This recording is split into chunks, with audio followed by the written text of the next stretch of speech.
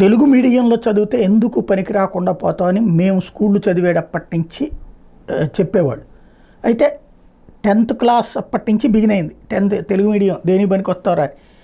Intermediate నుంచి peak స్టేజ్లో వినేవాళ్ళం, Telugu medium అంటే ఎందుకు పనికిరారు, మీరెందుకు తెలుగు మీడియం తీసుకున్నారో అర్థం కాదు, బీఏలు బీకాములు ఎందుకు పనికిరావు, ఎందుకు తీసుకున్నారో అర్థం కాదు, ఇట్లాగా. ఎందుకంటే టీచర్లకే ఆ విధమైనటువంటి ఫీలింగ్ ఉండేది. అప్పటి నుంచి మేము యుక్త వయసులో ఉన్నప్పటి నుంచి ప్రారంభమైనటువంటిది ఇప్పుడు తెలుగు పతనం పతాక స్థాయికి చేరింది. చివరికి తెలుగు మీడియం తెలుగులో మాట్లాడితే నవ్వుకోవడం అనేటటువంటి స్టేజ్ వచ్చింది, ఇంగ్లీష్లో మాట్లాడడం గొప్ప అనేటటువంటి స్టేజ్ వచ్చింది.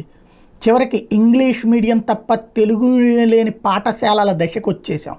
దాన్ని మారుస్తూ ఇప్పుడు తెలుగు మీడియం పాఠశాలలు కూడా పెడతామంటున్నారు. Good. At the same time Telugu Mahasabha వాళ్ళు, ఇది తెలుగు రచయితల మహాసభ ఒక అద్భుతమైనటువంటి ప్రతిపాదన చేసింది. ఏంటయ్యా అంటే 5% రిజర్వేషన్ తెలుగు మీడియం వాళ్ళకి ఇవ్వాలి అన్నట్టు. ఇది నేను ఖచ్చితంగా సంపూర్ణంగా మనస్ఫూర్తిగా సమర్థిస్తాను. ఎందుకంటే ఒక తెలుగు భాష మీద ఆధారపడ్డవాడిని, తెలుగు భాషనే ప్రేమించేవాడిని, మాతృభాష అంటే అభిమానించేవాడిని నేను. అదే సందర్భంలో ఇంగ్లీష్ని దూషించను, ద్వేషించను. ఇంగ్లీష్ వ్యావహారికంగా అవసరం, అలాగే ఉద్యోగ ఉపాధి అవకాశాలకు అవసరం. At the same time Telugu లేని ఇంగ్లీష్ తల్లి లేని బిడ్డ లాంటిది. అలాంటి స్టేజీ ఇక్కడ వద్దు అని కోరుకునేవాడిని.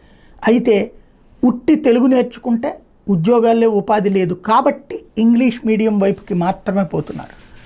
భవిష్యత్తులో ఇదే కంటిన్యూ అయితే ఇక తెలుగు నేను వృద్ధాప్యంలోకి వెళ్ళే సమయానికి తెలుగు నేర్చుకున్న వాళ్ళకి ప్రత్యేక సన్మానాలు చేసేటటువంటి కార్యక్రమం వస్తుందేమో అని భయం ఉంటుంది.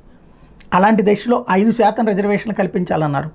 ఇక్కడ పార్టీ నడుపుతున్నదే తెలుగు దేశం, పేరే తెలుగు దేశం. అలాగే దాంట్లో ఉన్న వాళ్ళందరూ తెలుగు ప్రేమికులే. కాబట్టి ఈ ప్రభుత్వం సిన్సియర్గా ఆలోచించి 5% రిజర్వేషన్లను ఇవ్వాల్సిన బాధ్యత వాళ్ళకుంది.